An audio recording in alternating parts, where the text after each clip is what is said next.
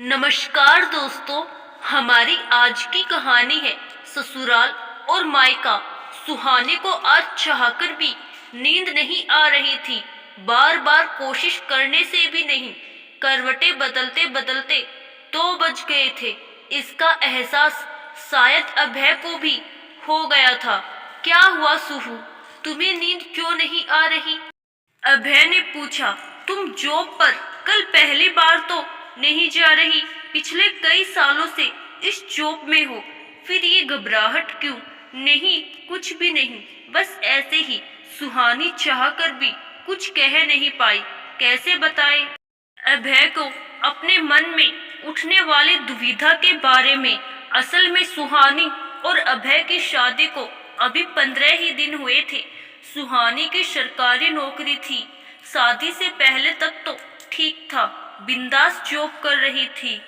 घर के काम की तो कोई टेंशन ही नहीं थी, मम्मी सब संभाल लेती थी।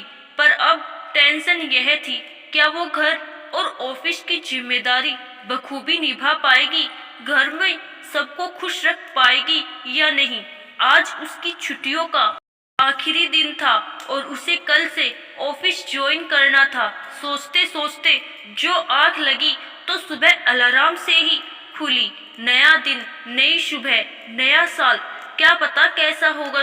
मन में तो सब प्लान कर चुकी थी, अब बारी थी एग्जीक्यूट करने की। सो फटाफट पहुंच गई रसोई में। जाकर देखा कि मम्मी जी वहां पहले से मौजूद थी। बेटा ये लो, चाय तैयार है। चाय के 2 कप डाइनिंग टेबल पर रखते हुए सासू माँ बोली। आप इतनी जल्दी क्यों उठ गई मम्मी जी? मैंने पूछा।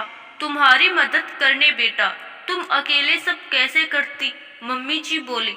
मैंने झट से मम्मी जी को गले लगा लिया। हम दोनों ने गर्मा गर्म चाय पी, फिर मिलकर नाश्ते व खाने की तैयारी की। बातें करते करते रसोई का काम कब निबट गया पता ही नहीं चला। सुहानी अब तुम जाकर तैयार हो जाओ, मैं तुम्हारे पापा जी का लंच लगा देती हूँ। समझ नहीं आ रहा था कि लोग ससुराल और मायके में इतना अंतर क्यों समझते हैं। मुझे तो ये अंतर बस 19-20 का ही लग रहा था। मतलब पहले से भी कहीं ज्यादा प्यार नजर आ रहा था।